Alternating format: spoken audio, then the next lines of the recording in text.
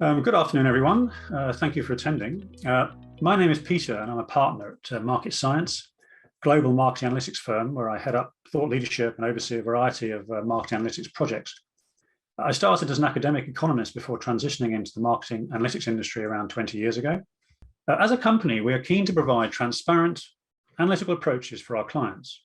An ideal way to achieve this is through publishing our approaches to raise awareness of the issues involved in modern marketing analytics, such as techniques such as MMM. This presentation is based on our latest IJRM publication, focusing on short and long-term effects in the consumer purchase journey. The work today focuses on two key issues facing marketing response modeling. Firstly, selection bias, where current approaches only deal with reattribution of last touch media and not the simultaneity bias of self-selection. This is where a part of the sales impact is caused by a factor that predicts the likelihood of search rather than due to search itself. As such, the parameters are more correlation coefficients rather than causal statements. Secondly, we want to focus on the true mechanics of brand building. Successful brand building programs generate persistent increases in consumer loyalty, manifest in long-term sales evolution. Now, conventional long-term approaches treat the long-term effects as simple extensions of the short-term structure, ignoring persistence and ignoring the precise mechanics of how brand loyalty is created. Now, both of these issues result in significant misestimation of ROI and incorrect marketing resource allocation. So a preferable approach separates the demand generation process into short and long-term networks, both estimated with appropriate econometric techniques.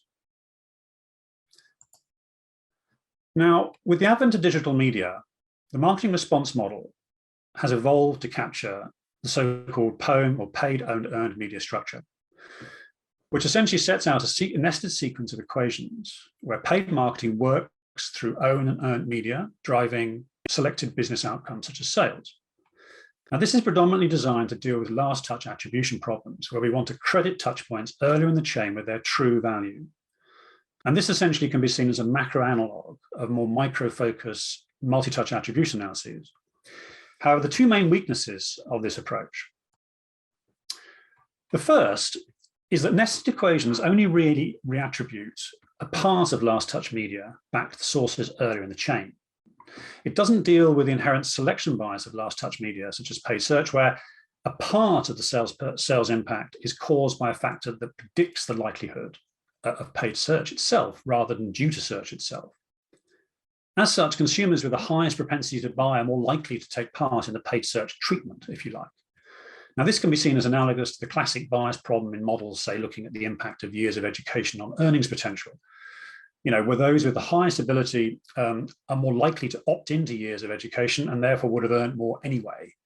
And this would have happened anyway problem means that the paid search itself reflects a prior purchase decision, regardless of any indirect influence of upper funnel media. And as a result, search is simply an artifact of the sales process, reflected in large sales search coefficients, indicative of correlation rather than causation, and indeed indicative of what we call a simultaneity problem, which means that sales and search could equally well be reversed in the chain. So how do we deal with this? Well, we can deal with it through directed acyclical graphical analysis, DAG analysis, which allows us to control for the simultaneity of all competing causal chains. Or we can deal with it through instrumental variable analysis, which allows us to isolate any exogenous variation in paid search. Second problem is that the marketing mix models are short-term focused by construction. Now, all marketing mix models need to reflect both short and long-term marketing effects. Short-term effects explain mean reverting or transitory sales variation. Long-term effects explain persistent or permanent changes in underlying base sales. Now, just to caveat that if apparent evolution is absent, it doesn't mean brand building is absent, it just means it's unobservable. Now, the problem with standard models is they focus solely on short-term sales effects with ad stock transforms. Long-term effects are based on simple extensions of the short-term structure. Now, these are either ad stocks with long-term retention rates or arbitrary multiples of short-term brand effects. Short-term effects. Now, brand effects added to the sales equation often cater another way of catering for brand building effects. And these effects are defined as long-term simply because marketing works indirectly through something called long-term.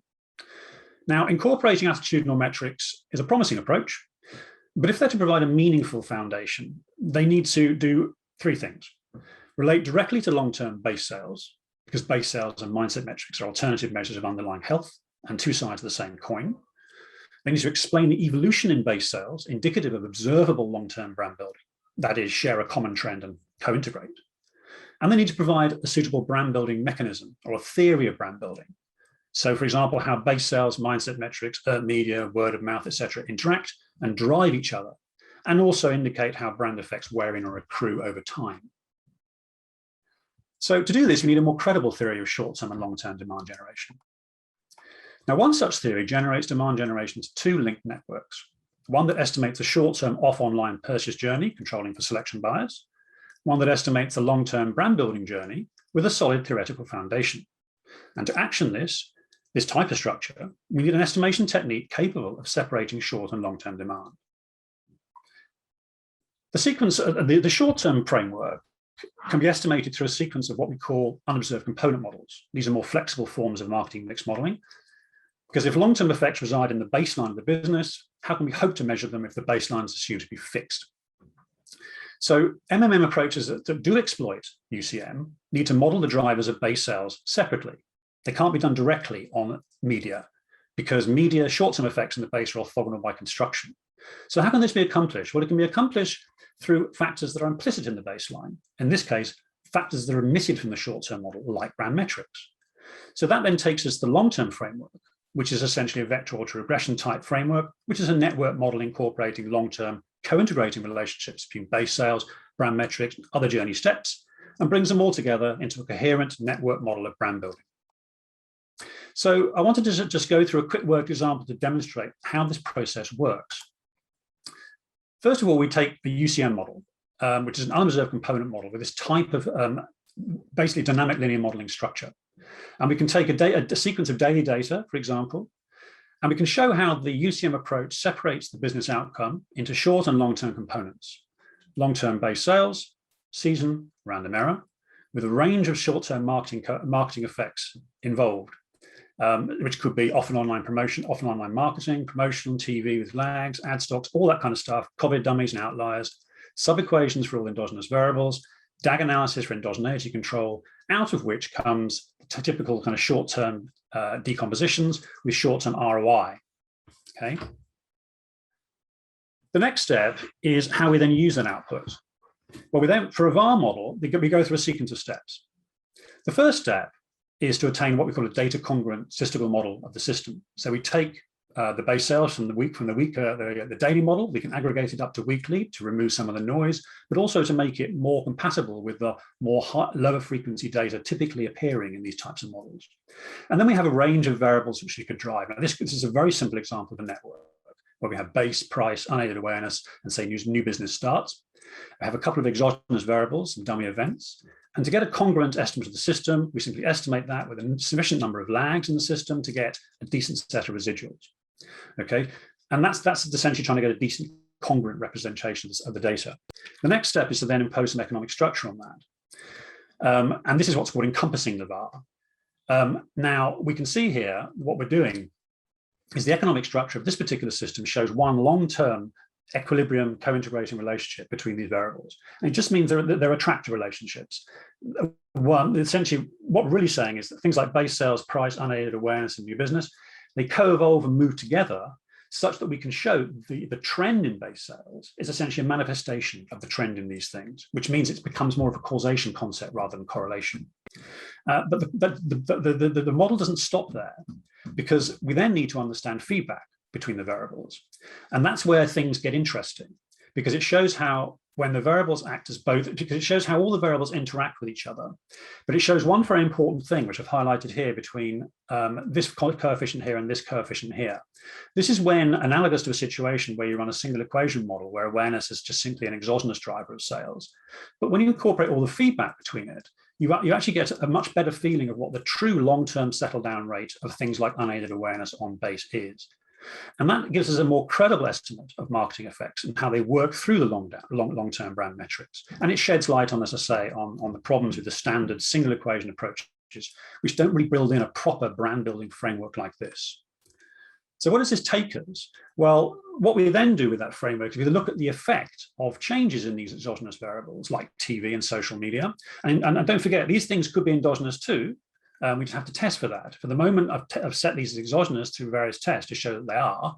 The point then is we then want to understand how these things influence the system, i.e. how they influence things like awareness, any other consideration metrics, things like that represent consumer attitudes, and how they feed through into base sales through the co-integrating structure. And here we can see that long-term effects work through unaided brand awareness through these coefficients here. And then they wear into awareness with the long-term coefficient of 0.12 we saw on the previous slide. And that then gives us an impact weighted, essentially in this case 0.003 or 0.024 weighted by this number, to give us an impact of these brand driving variables on long-term sales evolution. And that's over the model sample. And then beyond that, we can combine those estimates with an NPV type calculation, a net present value calculation, to calculate a 2-year forecast horizon, all of which gives us an estimate of the long-term effects of these on brand sales evolution. So in conclusion, what I'd like to point out is traditional MMM measurement approaches do not provide robust understandings of the true impact of marketing activity, reasonably because they ignore the selection bias of last touch online media, they're short-term focused by construction, and standard long-term measurement techniques are flawed and ignore the time series properties of the data. A preferable approach combines the dynamic time series models to combine or capture short-term effectiveness and extract long-term base sales. A network model for brand building, capturing interactions of paid media, base sales, brand metrics, and earned social media. And under those circumstances, long-term preferences embodied in attitudinal data are causally linked to long-term preferences reflected in base sales. And this in total provides a credible structural framework for quantifying the emotional foundations of brand building media campaigns. Okay, so that concludes the presentation, and I thank you for listening, and I invite any questions or comments in the upcoming Q&A session.